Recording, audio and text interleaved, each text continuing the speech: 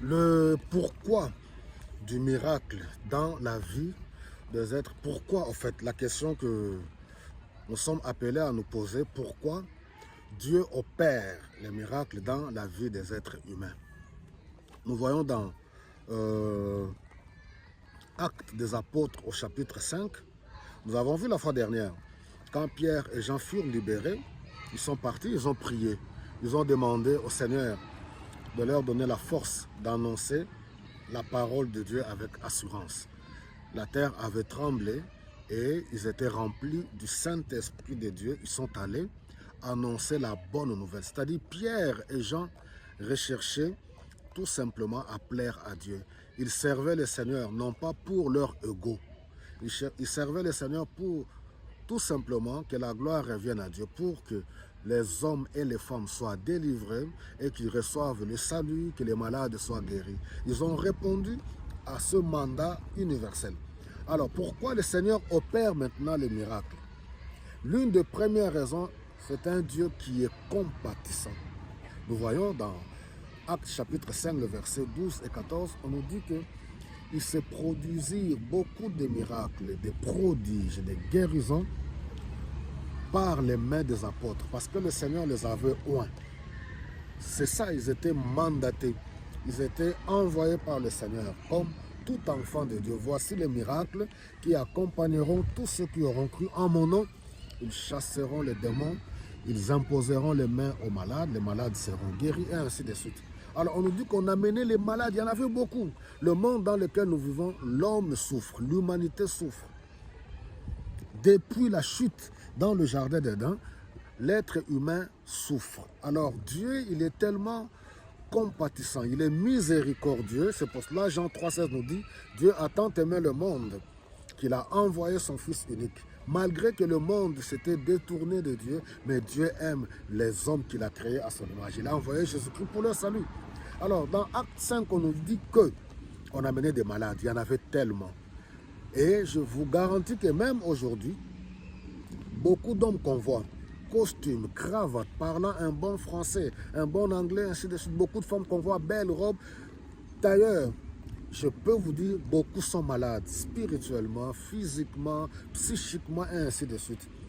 Puisse Dieu les toucher, chacun dans son cas. Alors, on nous dit qu'on a mené des malades au point que les gens étaient tellement débordés, on mettait les malades tout au long de la route pour que ne fût-ce que l'ombre de Pierre puisse toucher les malades. Et on nous dit à la fin du verset 16, tous les malades qui étaient venus là, tous ils étaient guéris. On chassait des esprits mauvais. Oui, les gens sont possédés dans ce monde. Encore quand on voit le comportement de certaines femmes, certains hommes, on voit que les gens sont sous possession démoniaque, diabolique. Alors, pourquoi Dieu opère les miracles? Pourquoi Dieu permet qu'au travers, nous, des êtres humains, dans cette enveloppe faible, chère, mais Dieu nous révèle de sa puissance? Pourquoi? Parce que c'est un Dieu qui compatit. Dieu n'aime pas voir l'homme qui a été créé à son image souffrir. Dieu vient pour soulager la douleur. La deuxième chose, c'est pour le salut. Parce que plusieurs ne croient pas. Alors, par les miracles, c'est pour susciter la foi, pour que les incrédules puissent croire. Et puis, l'une des raisons aussi, en dernier, dans tout ce que Dieu fait, c'est pour que la gloire lui revienne à lui seul. Pourquoi je le dis? C'est pour que nous, les hommes de Dieu, que nous puissions faire attention. Ce que Dieu fait au travers de nous, ce n'est pas pour que nous puissions en tirer profit, bien qu'on est tous tentés. C'est pour cela que je dis que nous puissions être animés de l'esprit qui était en Jésus-Christ.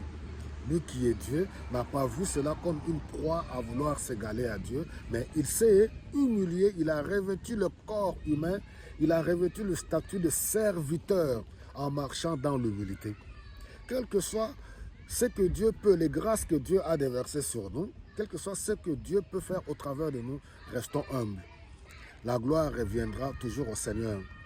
Les Pierre et les Jean n'ont pas créé de ministères. Pierre ministrie, Jean ministrie, Jacques ministrie, bien que les contextes et les époques diffèrent. Je ne suis pas contre ceux qui ont des ministries telles, mais faisons tout simplement attention, rendons gloire à Dieu. Les choses que nous vivons aujourd'hui, dans la plupart des cas, c'est parce que nous ne voulons pas attribuer cette gloire, ce succès, cette réussite à Dieu, mais l'être humain, l'homme que nous sommes, nous nous attribuons cette gloire. C'est pourquoi nous avons beaucoup de problèmes. Vous voyez tous ces problèmes que vous avez avec les ministres tels, les dadis tels, les prophètes tels, les apôtres tels. Mais Dieu est bon. C'est pour cela que toutes